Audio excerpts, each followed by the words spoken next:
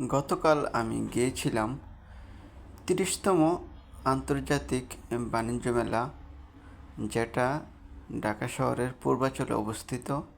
সেখানে আমি গতকাল গিয়ে একটি বিষয় খুবই আমাকে অবাক করেছে। অন্যান্য স্টলের মতো এখানে ২৪শে জুলাই গণ অভ্যুত্থানের বিষয় নিয়ে একটি ছোট্ট জাদুঘর তৈরি করা হয়েছে। সেখানে খুব সুন্দর করে জুলাই গণ অভ্যুত্থানের বিভিন্ন ইতিহাস লিপিবদ্ধ করা হয়েছে। আমি চতুর্পাশ ঘুরে ঘুরে সেই বিষয়টি দেখেছি এবং ভিডিও ধারণ করেছি। আপনারা দেখতে পাচ্ছেন যে এই পাশে হলো এই অফিস, এখানে বিভিন্ন ধরনের বই। আর এই যে এই জায়গায় জুলাই এর বীর শহীদদের যারা যারা শহীদ হয়েছে তাদের নাম, ঠিকানা এবং ছবি সংযুক্ত করে বিশাল বড় একটি বোর্ডের মধ্যে লাগিয়ে রেখেছে। আর এই জায়গার মধ্যে ছিল চমৎকার কিছু দৃশ্য। এখানে বিভিন্ন জায়গার দৃশ্য দিয়ে তারপরে ডায়লগগুলি লিখে লিখে খুবই সুন্দরভাবে তারা সাজিয়েছে।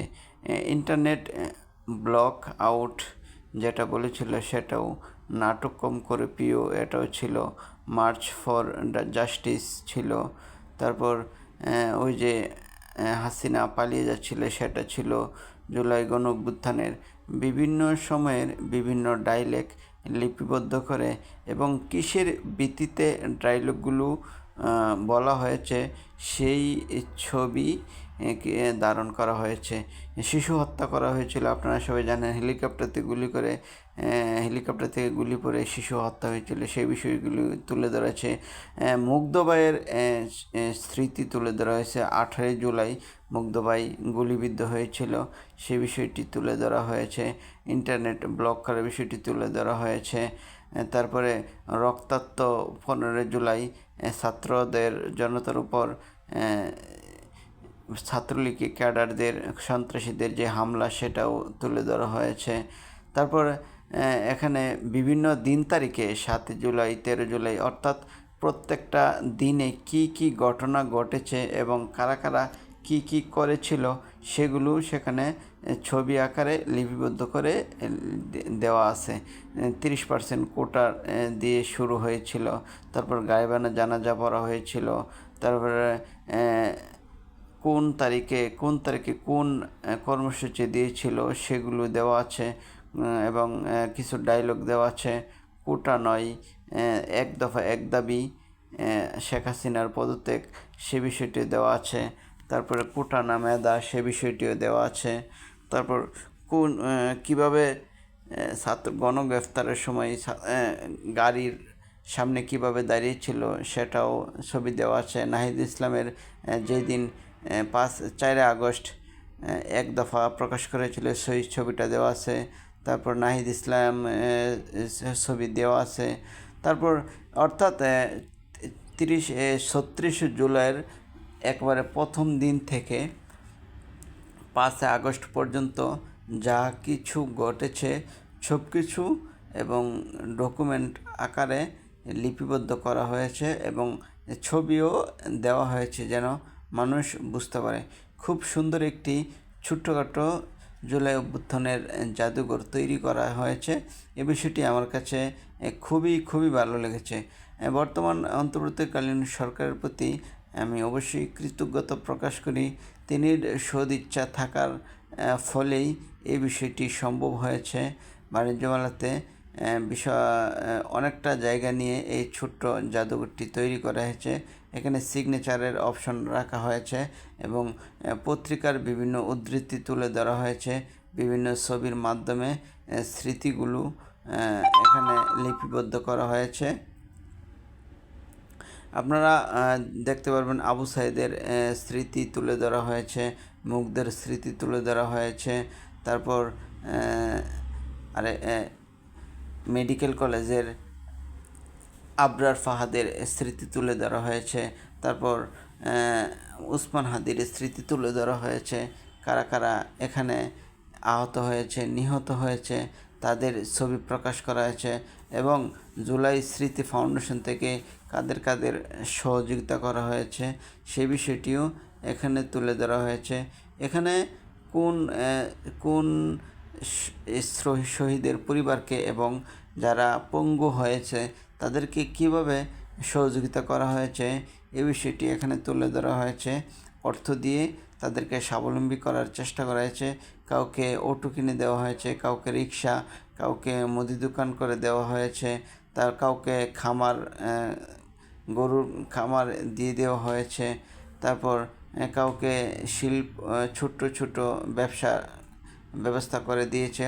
অর্থাৎ যে যেটা চেয়েছে যথাসম্ভব সরকার চেষ্টা করেছে যেন যারা পঙ্গু হয়েছে, যাদের অঙ্গহানি হয়েছে, তারা যেন দুমুঠো ডাল ভাত খেয়ে বেঁচে থাকতে পারে। তাদেরকে যথাসম্ভব অন্তর্বর্তীকালীন সরকারের পক্ষ থেকে সহায়তা করা হয়েছে। আর এগুলোর সম্পূর্ণ চিত্র, ছবি, দলিল সহ সব কিছু জুলাই স্মৃতি জাদুঘরে লিপিবদ্ধ করা হয়েছে, যেটা বাণিজ্য মেলাতে অবস্থিত। তো সামনে চতুর্পাশে ঘুরে ঘুরে দেখলাম কিভাবে কোথায় তাদেরকে পুনর্বাসন করা হয়েছে, যারা আহত নিহত হয়েছে, যারা পঙ্গু হয়েছে তাদেরকে কিভাবে সহায়তা করা হয়েছে, সম্পূর্ণ ডকুমেন্টারি এখানে জাদুঘরে আপনারা গেলে দেখতে পারবেন। যারা যারা বাণিজ্য মেলায় যান অবশ্যই এখানে গিয়ে একটু দেখে আসবেন যে জুলাই গণ অভ্যুত্থানের সময় কি হয়েছিল। টোটাল 36 দিনের কার্যক্রম সেখানে কিভাবে কখন কি হয়েছে সব কিছু লিপিবদ্ধ করা হয়েছে। নির্বাচনের মধ্যে সংস্কারের পক্ষে থাকলে হা ভোট দিতে হবে, এই বিষয়টি এখানে উল্লেখ করা হয়েছে। আর এখানে সবথেকে করুণ একটি বিষয় তুলে ধরা হয়েছে। এখানে হলো কার কোথায় গুলি লেগেছে এবং তারা কিভাবে আহত হয়েছে এই বিষয়টি তুলে ধরা হয়েছে।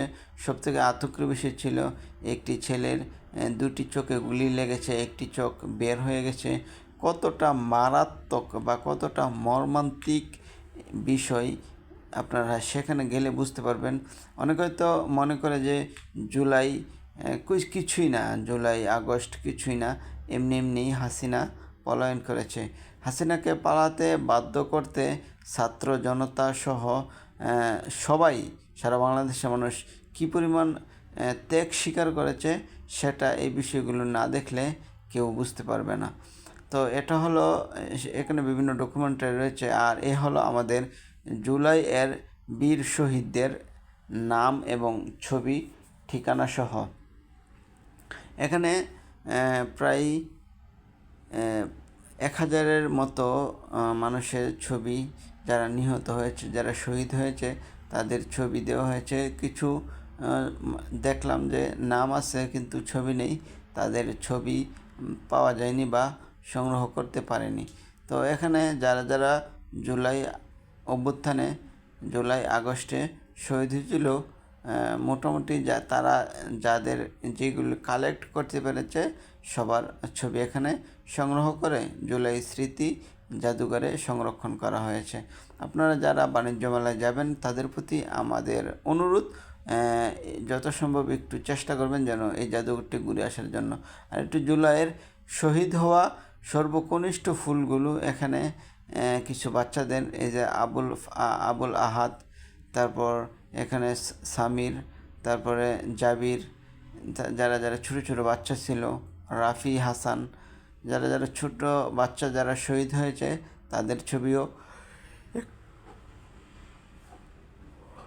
এখানে তুলে ধরা হয়েছে। এই যে আপনারা দেখতে পাচ্ছেন বিভিন্ন ডকুমেন্টারি আকারে, বই আকারে এখানে তুলে ধরা হয়েছে। উসমান হাদির বিষয়টিও এখানে জায়গা পেয়েছে। জুলাই সর্বশেষ শহীদ হওয়া উসমান হাদির খুবই মর্মান্তিকভাবে তিনি শহীদ হয়েছেন, আমরা বিষয়টা সবাই জানি। তো সব মিলিয়ে এখানে ছোটোখাটো খুব সুন্দর একটি প্রোগ্রাম এবং খুব সুন্দর একটি জাদুঘরের আয়োজন সেখানে করা হয়েছে। আপনারা গেলে অবশ্যই সবার প্রতি অনুরোধ একটু জাদুঘরটি ঘুরে আসবেন। বাহিরের দিকেও আপনারা দেখতে পাবেন যে উসমান হাদির সহ ওসমান হাদির ছবি এবং জুলাই স্মৃতি শহীদ যারা বিভিন্ন সময় বিভিন্ন ছবি এখানে দেওয়া হয়েছে। চমৎকার যারা সাহসের পরিচয় দিয়েছে তাদের ছবিগুলো এখানে দেওয়া হয়েছে। আপনারা গেলে অবশ্যই এই বিষয়গুলো দেখে আসবেন। এক পাশে ওসমান হাদির বিশাল বড় একটি ছবি লাগানো আছে। তাদের জন্য আজকে আমাদের বাংলাদেশে এত সুন্দর একটি নির্বাচন হতে যাচ্ছে। যদি জুলাই অভ্যুত্থান না হতো তাহলে নির্বাচনের কথা চিন্তাও করা যেত না। আর এই যে সর্বশেষ গণভবনের উপরে যে দৃশ্যটি ধারণ করা হয়েছিল, যে দৃশ্যটি